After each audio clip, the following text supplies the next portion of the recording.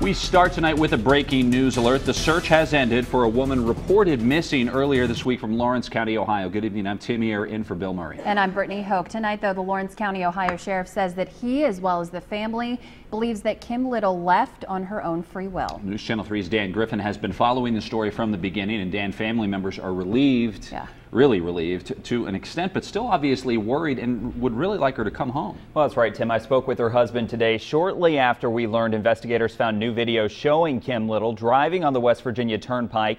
He says he's glad the new evidence can narrow down the possibility of what's happened, but he says it's hard to continue moving forward without any idea where his wife is now. We love you unconditionally. Unconditionally. You don't have to be all things to all people. We love you the way you are, just for who you are. Kim Little's family is making a plea for her to return home soon. The search for the grandmother and wife came to an end after new surveillance video surfaced from a West Virginia toll booth. The Lawrence County Sheriff says it shows Kim driving on her own free will, headed south Tuesday morning. He says the timing matches up to her disappearance earlier this week. My knees buckled. I was just ecstatic because that answered a question.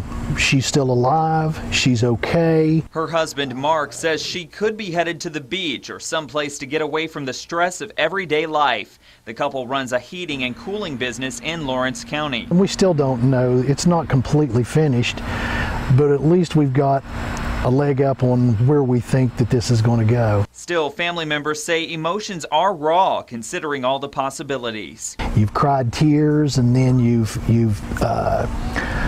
thought thoughts that probably you shouldn't think, but you can't stop from going through your mind. But the next part could be the hardest, waiting. We want her to know that none of this is important, that the important thing is that she's here with us. Now, her husband tells me he got a call from the sheriff's office earlier today to look at that video. Brittany and Tim, he says it was clear from the license plate, from her silhouette there in the video you could see, it was their SUV and it was definitely his wife.